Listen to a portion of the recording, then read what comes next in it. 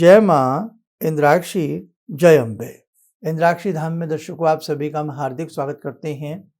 आज के दिन जिन जातकों का जन्म दिवस है, मैरिज एनिवर्सरी है, उन सभी को हमारी तरफ से बहुत बहुत शुभकामनाएं। बुध का परिवर्तन होने वाला है धनु राशि में। अभी बुध वृश्चिक राशि में है और 27 नवंबर को बुध जो हैं वो धनु राशि में चले जाएंगे। धनु राशि बृहस्पति की होती है और बुध जब बृहस्पति की राशि में जाते हैं तो क्या परिणाम देते हैं, या कहीं कोई अशुभता किसी के साथ ना हो, उसके बचाव के लिए आज हम आपको बहुत ही सहज एक उपाय बताएंगे। और ये उपाय बहुत बड़े हमारे नहीं होते हैं, इन्हें कर लेना चाहिए। साथ ही जैसे कि आज 25 नवंबर है, ये 2-3 दिन बड़े ही कीमती हैं। 25 नवंबर भी कीमती है, 26 नवंबर बैकुंठ चतुर्दशी है कल, ठीक है, 26 नवंबर की संडे की। और बैकुंठ चतुर्दशी अपने आप में बहुत बड़ी मानी जाती है। और मंडे की 27 नवंबर की, उसी दिन बुध भी परिवर्तन होंगे। उस दिन कार्तिक की पूर्णिमा है। कार्तिक की पूर्णिमा अपने आप में बहुत बड़ा महत्व रखती है, उसके बारे में हम आगामी कार्यक्रम में आपको बताएंगे। तो आइए पहले आज का हम पंचांग देखें। 25 नवंबर सन 2023 दिन शनिवार, संवत 2080, कार्तिक मास, शुक्ल पक्ष, तिथि आज है त्रयोदशी, नक्षत्र अश्विनी, राहु काल 9 से 10:30, दिशा शूल पूर्व दिशा। आज जन्मे जातक गणमूल नक्षत्र की श्रेणी में होंगे। दिन में जो 3 बजे तक जातकों का आज जन्म होगा वो गणमूल की संज्ञा में जाते हैं, उनकी गणमूल नक्षत्र शांति करा देनी चाहिए। अब हम अपनी बात पर लौटते हैं। पहले आपको बुध के बारे में बता दें। बुध जा रहे हैं किसमें? गुरु की राशि में, धनु में। किस तारीख को जा रहे हैं? 27 नवंबर को, ठीक है। तो जिस समय बुध परिवर्तित होंगे उस समय क्या कुंडली बन रही होगी, एक नज़र वो देखें। हमने मेष लगन की कुंडली बनाई है। लगन में ही गुरु हैं, द्वितीय भाव में चंद्रमा और छठे भाव में ऋपु भाव में शुक्र और केतु, अष्टम भाव में सूर्य और मंगल। ये 27 नवंबर के हिसाब की कुंडली है। और आपके बुध जो हैं धनु के हो गए हैं यहाँ नवम भाव में, एकादश भाव में शनि और द्वादश भाव में मीन राशि के राहु विराजमान है। तो कहने का भाव ये उस समय की कुंडली बनेगी। सुबह सुबह ये ग्रह परिवर्तित होंगे 27 नवंबर को 5:54 पर सुबह राशि बदली जाएगी। और बहुत अच्छी बात है, आपको सुबह सुबह उपाय करने का मौका मिल जाएगा। तो या तो आप लोग 27 नवंबर को ही उपाय कर लें, कोई हर्ज नहीं है, और नहीं तो फिर इस उपाय को जो मैं आपको बताऊंगा वो आपको बुधवार करना है।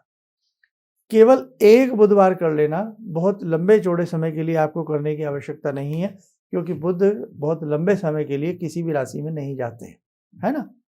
अब देखो हमें क्या करना चाहिए। बुध का अधिकार आपकी वाणी पर है, बुध का अधिकार आपकी अलंकारिक भाषा के ऊपर है, बुध का अधिकार आपकी स्पीच के ऊपर है, भाषा शैली के ऊपर है, बुध का अधिकार आपके आंतरिक मन का भी है चंद्रमा के साथ साथ। बुध कई बार बुद्धि को भी विचलित करते हैं। बुध का अधिकार बच्चों की अच्छी पढ़ाई पर भी है, मैथ्स पर भी है, फिजिक्स केमिस्ट्री टफ सब्जेक्ट माने जाते हैं, तीनों के ऊपर बुध का अधिकार है। गायकी के क्षेत्र में जो साधक हैं तो गायन शैली में भी बुध का बहुत बड़ा अधिकार है, संगीत के स्वरों में भी बुध का बहुत बड़ा अधिकार है। और इसके साथ साथ और बहुत सारी ऐसी बातें हैं जिनके ऊपर बुध का अपना आधिपत्य होता है। अब बुध चले धनु में, हालांकि धनु अपने आप में एक अच्छी राशि है, बढ़िया राशि है, लेकिन कई बार बुध का धनु में जाना तो अशुभ नहीं है, लेकिन कई बार अगर बुध बृहस्पति के ही साथ बैठ जाएं तो कई बार थोड़ी सी असमानता हमने रीडिंग में देखी है, आ जाती है। लेकिन चूंकि यहाँ बुध भाग्य भाव में जा रहे हैं, और हमने जो आपको कुंडली दिखाई थी वो किसकी दिखाई थी? हमने आपको दिखाई थी मेष लगन की। सभी का लगन एक सा नहीं होता, सभी की राशि एक सी नहीं होती, लेकिन हाँ सभी के लिए बुध जो हैं वो धनु राशि में गए हैं, ये बात तय है। इसीलिए सभी के लिए एक कॉमन उपाय है, बुध का ये प्रभाव आप सबके ऊपर शुभ आए, किसी को भी कोई अशुभता प्राप्त ना हो। एक उपाय आप नोट कर लीजिएगा, 108 हरी हरी दुर्वा देखो कुछ पाने के लिए मेरे साथी को थोड़ा सा खोना पड़ता है, और कई बार हम जो उपाय बताते हैं, कुछ उपाय आप पहले से ही कर रहे होते हैं, लेकिन जो उपाय हम आपको अगर कभी दोबारा भी बताते हैं तो उसको रिपीट कर लेना चाहिए, क्योंकि अच्छा करने में ज़्यादा सोचना नहीं चाहिए। ठीक है, तो अब देखो आपको क्या करना है। 108 हरी हरी दुर्वा ले लें और 6 सुपारी ले लें, छोटे वाली। संभव हो सके 6 ही लड्डू ले लें। अब हम 6 की संख्या क्यों ले रहे हैं? बुध का आधिपत्य 2 राशि के ऊपर है, मिथुन राशि के ऊपर, और बुध का आधिपत्य है कन्या राशि के ऊपर। तो हमने बढ़ती हुई राशि का कर्म लिया है। 6 आप लड्डू ले लें बूंदी के, और 6 ही आप छोटी छोटी सुपारियां ले लें, और 108 दुर्वा ले लें। एक देसी घी का छोटा सा दीप बना लें। या तो आप ये उपाय, उस दिन बहुत अच्छा दिन है जिस दिन ये बुध राशि परिवर्तन कर रहे हैं, कार्तिक की पूर्णिमा अपने आप में बहुत बड़ी मानी जाती है, उसके बारे में भी अलग से आपको हमारी वीडियो मिल जाएगी, जरूर उसके उपाय करिएगा सुन करके समझ करके। तो या तो पूर्णिमा के दिन ही आप इस उपाय को कर लीजिएगा, और या फिर इस उपाय को केवल बुधवार के दिन करना है, केवल एक बार करना है। हर सुपारी के ऊपर हल्दी का लेप कर दें, हल्दी का तिलक लगा दें, और जो आपकी दुर्वा है उसके ऊपर भी हल्का सा हल्दी का छींटा मार दें। लड्डू आपके बूंदी के हों या बेसन के हों, वो पीला सा रंग उनमें होता ही होता है। अब आप देखो कॉम्बिनेशन ऐसे बनता है कि हल्दी का ही छींटा हम क्यों लगवा रहे हैं, आपको हम बेसन या उसके बूंदी के लड्डू ही क्यों कह रहे हैं, सुपारी को पीला क्यों रंगवा रहे हैं, क्योंकि बुध जो किस में गए हैं, धनु राशि में गए हैं। धनु राशि के स्वामी है बृहस्पति, और बृहस्पति का रंग होता है पीला। ठीक है, और बुध का क्रमांक हमने 6 ले लिया है। अब आपको क्या करना है, किसी भी गणपति के मंदिर में जाना है। गणेश जी का मंदिर ना हो तो घर में ही आपको क्या करना है, एक सुपारी भगवान श्री गणपति के चरणों में रखें, और वो 6 के 6 लड्डू भगवान श्री गणपति के चरणों में रख करके आप कम से कम 11 दुर्वा उस सुपारी के पास ही ओम गंगणपतये नमः या ओम गणेशाय नमः बोलते हुए 11 चढ़ा दीजिएगा, 11 दुर्वा, और चरणों में रख दीजिए वो सुपारी किसी प्लेट में, तस्तूरी में। ऐसे ही फिर जब 11 दुर्वा चढ़ा दें, दूसरी सुपारी रखें और 11 ही दुर्वा दल फिर रखें। 6 की 6 सुपारी चढ़ाते समय 11-11 दुर्वा रखनी है आपको, और उसके बाद जो बची हुई दुर्वा हैं वो भी श्री गणेशाय नमः बोलते हुए 108 तक चढ़ा दें। ऐसे ना समझ में आए तो मोटी भाषा में ऐसे समझ लें कि सबसे पहले भगवान श्री गणपति को कुछ फूल चढ़ा दें।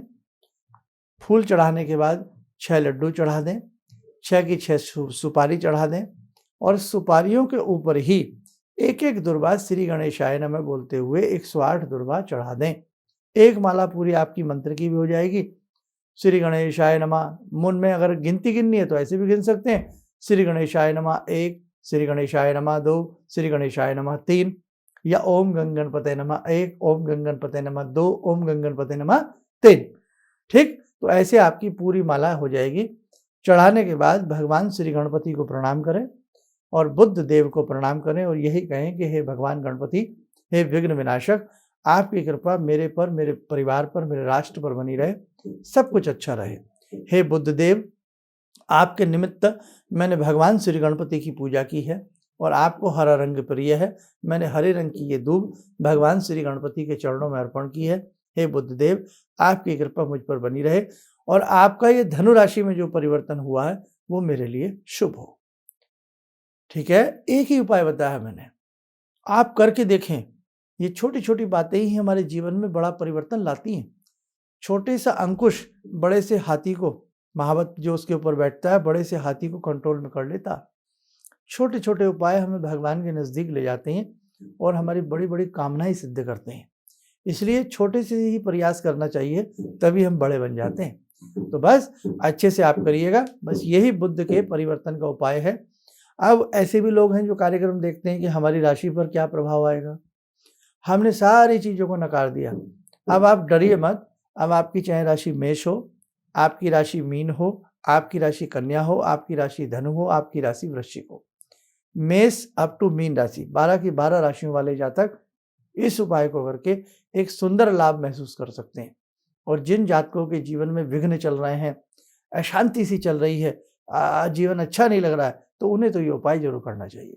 और मैं तो यही राय दूंगा कि 27 तारीख को ही बुध राशि परिवर्तन कर रहे हैं और 27 तारीख की ही कार्तिक पूर्णिमा है और कार्तिक पूर्णिमा में भगवान विष्णु का ही पूजन किया जाता है।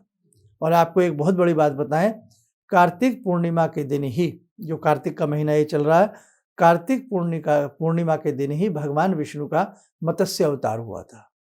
तो बहुत बड़ी बात है। ऋषि मुनि जति यति सभी भगवान विष्णु का पूजन करते हैं और उस दिन आप भगवान श्री गणपति का पूजन कर रहे हैं, लेकिन द्रव्य के रूप में पीला द्रव्य भगवान गणपति को चढ़ा रहे हैं। तो थोड़ा सा 2 लड्डू और एक्स्ट्रा ले आए, वो भगवान विष्णु को 2 लड्डू चढ़ाएं, है ना। तो बस ऐसे करके जैसे भगवान गणपति का पहले पूजन कर लीजिए, और गणपति तो वैसे ही प्रथम पूजनीय देवता है, पहले गणपति को कर लीजिए, फिर 2 लड्डू धूप दीप भगवान विष्णु को भी अर्पण कर दीजिए, क्या जाता है ना, अच्छा लगता। और ये जो आपने लड्डू चढ़ाए हैं, ये लड्डू बाद में आप घर में ही प्रसाद के रूप में मिल बांट करके खा सकते हैं। चलिए साधकों, आज के लिए इतनी बात हुई। अब दूसरा संदेश। कल क्या तारीख है, याद है ना, कल 26 तारीख है और 26 तारीख में आपको सुबह 10:30 बजे से 11 बजे के बीच में रुद्र पूजन कराया जा रहा है। प्रयास यही किया जा रहा है कि लाइव ही हो और आप बहुत अच्छे से इसमें जुड़िएगा। सारी सामग्री इसमें क्या क्या आपको घर में लेकर के बैठनी है वो हमने आपको सारी लिखवा दी थी जयपुर के। आप जिन्होंने ना हमारा कार्यक्रम देखा हो वो देख लें कि 26 नवंबर को जयपुर में होगा लाइव रुद्र पूजन, ये टाइटल है, इसको देख लें। उसमें सामग्री जो बताई है पास में लेकर के बैठें और आप भी इस विशेष पूजन करके पुण्य का लाभ कमा सकते हैं। छोटा पूजन नहीं है, ये बहुत बड़ा पूजन है। अब ये 2-3 दिन वास्तव में बहुत पूजन के, और कल जैसे कि हमने बताया, कल बैकुंठ चतुर्दशी है, ये भी ध्यान रखना। कल 14 है, लेकिन ये बैकुंठ चतुर्दशी कहलाती है। इसमें भगवान शिव का और भगवान विष्णु का ही पूजन किया जाता है। थोड़ा सा मैं संक्षिप्त में हल्का सा बता दूंगा ध्यान माला के बाद। आइए, समय हो चला आज की ध्यान साधना का। जुड़ते हैं उस जगत जननी, उस महाशक्ति से, उस विराट सत्ता से। हे जगजननी, हे जगदम्बा, हमारे समस्त साधकों का आप कल्याण करें। ॐ सिन्दूरारुणविग्रहां त्रिनयनां माणिक्यमूलस्फुरात् स्तारानायकशेखरं स्मितमुखी वापेन वाक्षोरुवां पाणिभ्यामलपूर्णरत्नचषकां रत्नोत्परां बिभ्रति सौम्यां रत्नघटस्थरक्तचरणां ध्यायेत् पराम् अम्बिकां खड्गं चक्रगदेषु चापपरिगान् शूलम्बुशुण्डिं शिरा शङ्खं संदधतीं करे स्त्रीनयनां सर्वाङ्गभूषावृतां नीलास्मद्युतिमास्य पाददशकां सेवे महाकालिकां यामास्तो स्वपितैहरो कमलजो हन्तुं मधुं कैटवम् विद्युद्दामसमप्रभां मृगपते स्कन्दस्थितां भीषणां कन्या विहकरवालखेटविलसा धस्ताविरासेवितां हस्तेश्चक्रगदाशिखेटविशिखां चापं गुणं तर्जनीं विप्राणामलिलात्मिकां शशिधरां दुर्गां त्रिनेत्रां भजे। कवच बना लें, ध्यान करें, भगवती का शुभ आशीष हम सबके ऊपर बरस रहा है।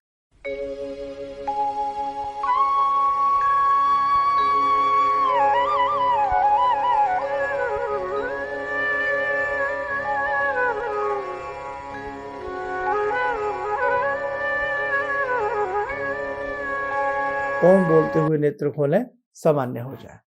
देखो साधकों, कल बैकुंठ चतुर्दशी है और बैकुंठ चतुर्दशी का मतलब ही यह है कि हमें बैकुंठ की प्राप्ति हो, हमें मोक्ष की प्राप्ति हो। इसलिए कल भगवान श्री हरि का पूजन करना, बिल्व पत्रों से पूजन कर सकते हैं, कमल के पुष्पों से भगवान को कमल के फूल या पुष्प चढ़ा सकते हैं और कल के दिन ही भगवान शिव का भी पूजन किया जा सकता है। अच्छा है, कल के दिन भगवान शिव के 108 नाम, 1008 नाम, ऐसे ही विष्णु जी के 108 नाम या 1008 नाम चढ़ाए जाएं और कमल का फूल मिल जाए तो कल के दिन वैकुंठ चतुर्दशी में जो भगवान विष्णु को कमल का पुष्प अर्पण करता है, नाना भांति का सुख, नाना भांति की कामनाएं उस साधक की श्री हरि की कृपा से पूर्ण होती है। और बाकी कुछ जानकारी कल सुबह का 7 बजे का कार्यक्रम भी देख लीजिएगा, उसमें भी देंगे। और कल तो पूजन ही पूजन रहेगा, उधर 10:30 और 11 बजे के बीच में आपको लाइव पूजन भी प्रारंभ हो जाएगा, रुद्र पूजन होगा। तो इसीलिए कल का जो समय है वो रुद्र पूजन का भी समय है और कल का समय भगवान विष्णु के पूजन का भी है। पूजन से बोर मत होइएगा, उबिएगा मत, मन को आलस्य में मत लाइएगा। और कल वैसे भी छुट्टी, संडे का दिन है, अपने बच्चों के साथ बैठ कर के पूजन करिए। जो भूखे ना रह सकते हो हल्की चाय दूध ले सकते हैं, फ्रूट ले सकते हैं, क्योंकि 3 घंटे का ये करीब करीब पूजन होता है। और बाकी हम देखो भैया पूरा प्रयास करेंगे अपनी तरफ से आपको कुछ ना कुछ बताते रहें। अब तो हमने आपकी उंगली पकड़ ली है, इसको हम छोड़ने वाले नहीं हैं। आपसे हम बहुत कुछ कराते जाएंगे। और देखो ना कैसे 40 दिन पता ही नहीं निकल गए, कैसे 40 दिन की सुंदर सी साधना हो गई। हजारों लोग इस साधना से लाभान्वित हुए हैं और इसका परिणाम आपको बहुत जल्द जगदम्बा की कृपा से नजर आ जाएगा। इसलिए अच्छे कार्यों से मेरे साथ को हमेशा जुड़े रहना। बुद्ध का परिवर्तन का उपाय मैंने दे दिया है और ऐसे ही मैं पूर्णिमा का भी आपको बता दूंगा।